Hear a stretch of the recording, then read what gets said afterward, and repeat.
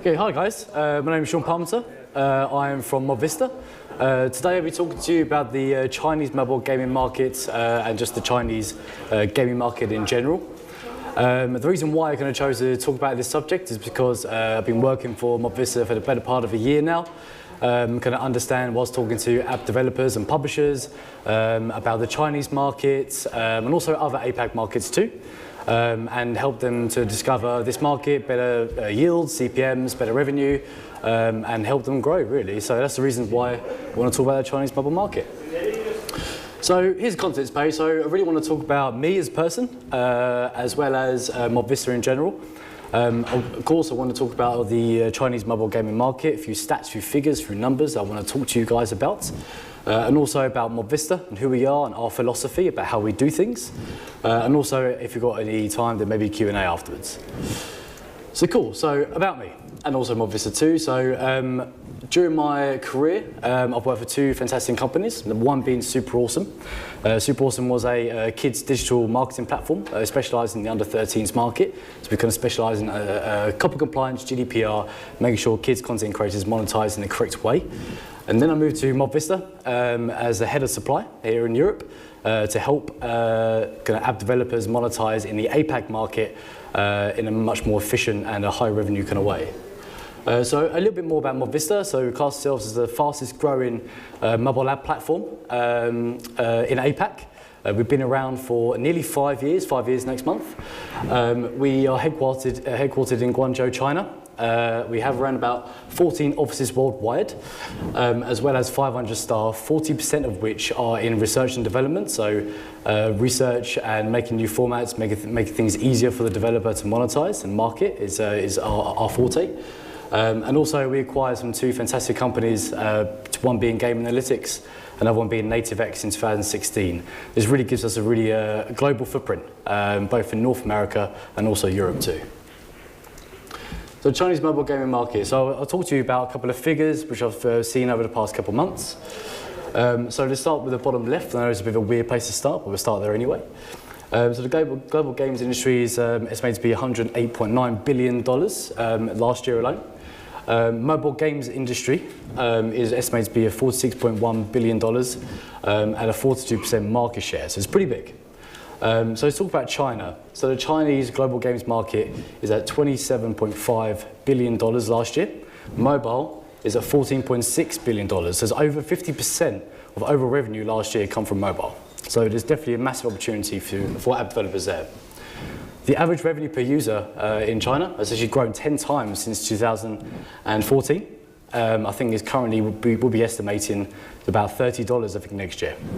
And also there's 500 million mobile gamers in China alone. So there's a lot of handhelds being played.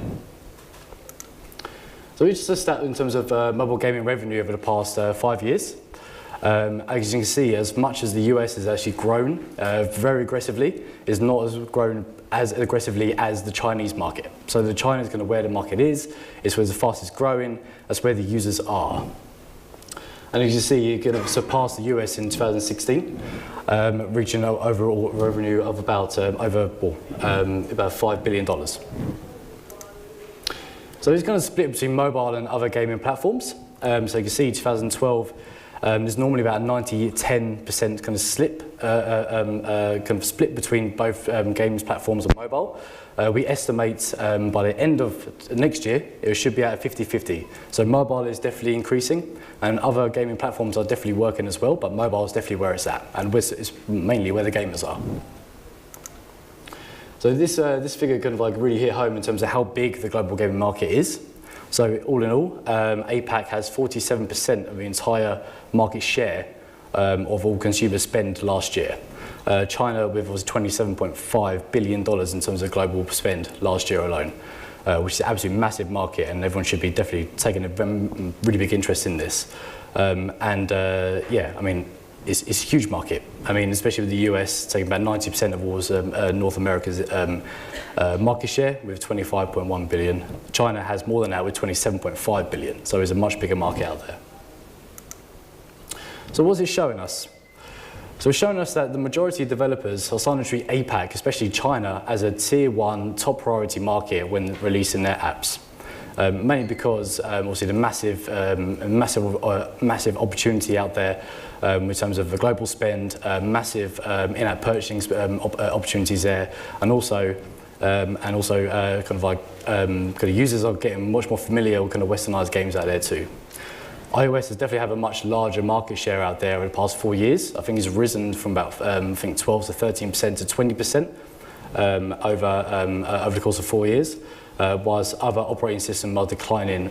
Operating systems being each individual standalone operating systems kind of declining, which obviously means there's a bigger market share for iOS. Massive opportunity out there for iOS to really dominate. And finally, China becomes less unknown. It becomes more familiar for monetization and also in-app purchasing too.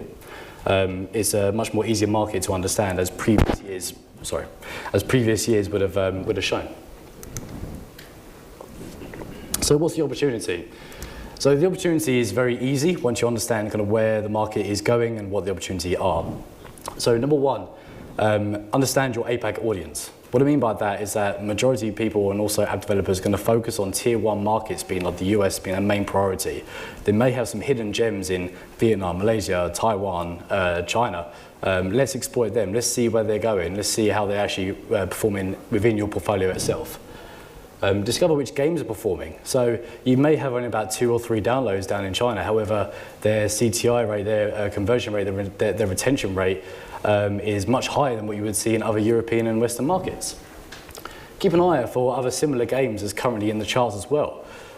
So you may have an amazing casino game, but there could be another amazing casino game that's doing really well in the Chinese market. Have a little look how they do things. Have a little look.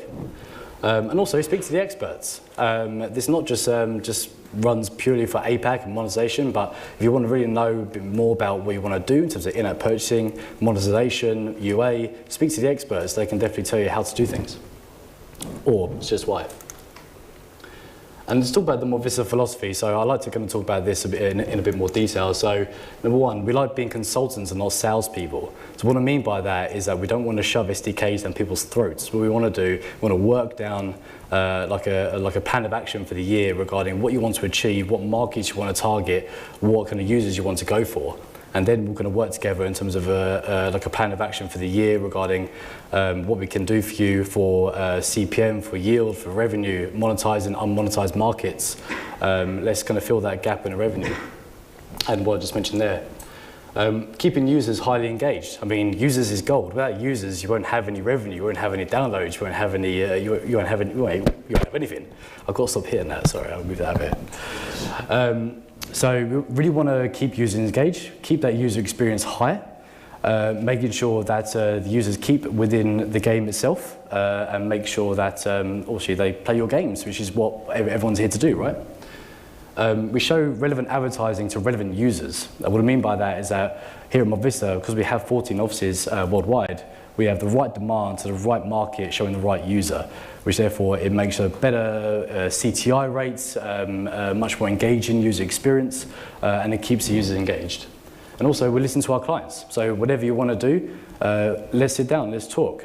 Many other developers want a different point of view in terms of what they want to achieve for the year, and run through kind of what they went through last year and how we can make it different. How can we increase the app from 1 to 2, and actually let's just sit down and talk about it.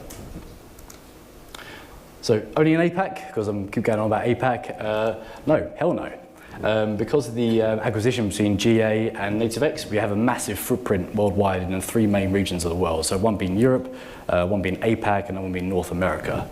And you see here, the majority of offices that we do actually have are in APAC. Guangzhou, where we're headquartered, India, we've got Japan, Korea, as well as London, and also other European markets, as well as North America too.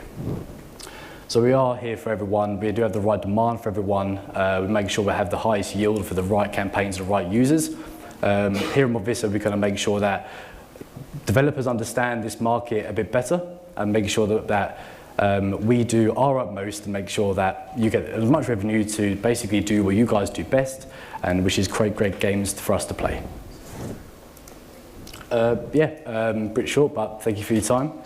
I hope you enjoyed it. Any questions? Sean, thank you very much. Yeah, there we go. Someone on a panel earlier today was saying that premium games were on the rise in China. What's your experience of that? Yeah, absolutely. I think I'm only going to work on the freemium model, but premium is definitely high up there, especially with the average revenue per user is very, very high. So if you wanted to release on a premium model, then absolutely, you'd be stupid not to. If you do want to release on a AIP kind of model, then absolutely, that's absolutely fine. However, kind of here at Mobvista, we're here to kind of work with guys who want to release, say, freemium models, make sure that what they're doing is doing it in the right way, and make sure they're keeping users in there. But absolutely, premium model is definitely a good way to go. We've majority kind of specialised in the freemium model.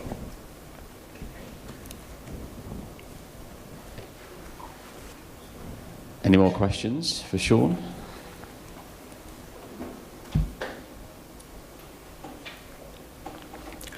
Okay. You explain things too well. No, or not well enough. Are you here at the show? Do you have a booth? Can people come and find you? Yeah, sorry, we have booth 111 in the expo upstairs and the second floor in comparison to here. Yeah, I'll be here all day tomorrow, so if you do want to learn a bit more, then let me know, and I'll listen up. Sorry, there's a question over there. Ah, perfect.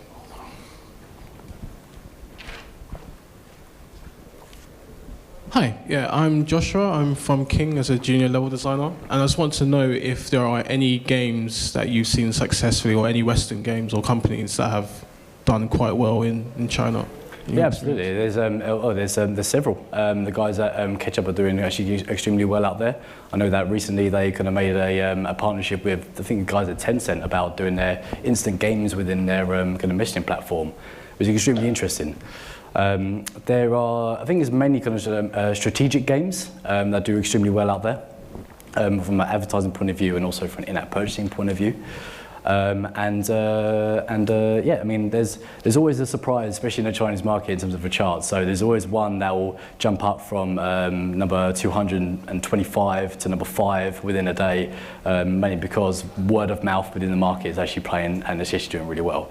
It changes pretty much on a weekly basis, but do check it out, keep a keen eye on it, because there is a kind of a general pattern of Western games making it in the kind of Chinese market, and they're doing really well out there. Is there a specific genre in that type? You said strategic, but what do you mean by? Yeah, sort of like more kind of like kind of action adventure, kind of like the bigger to play games. So instead of the kind of like short casual games, which like Ketchup and the guys at Voodoo play really well, it's more to the extent of actually have like level like 10, 20, 30, 40, 50, which actually work really well out there. Yeah. Okay, thanks.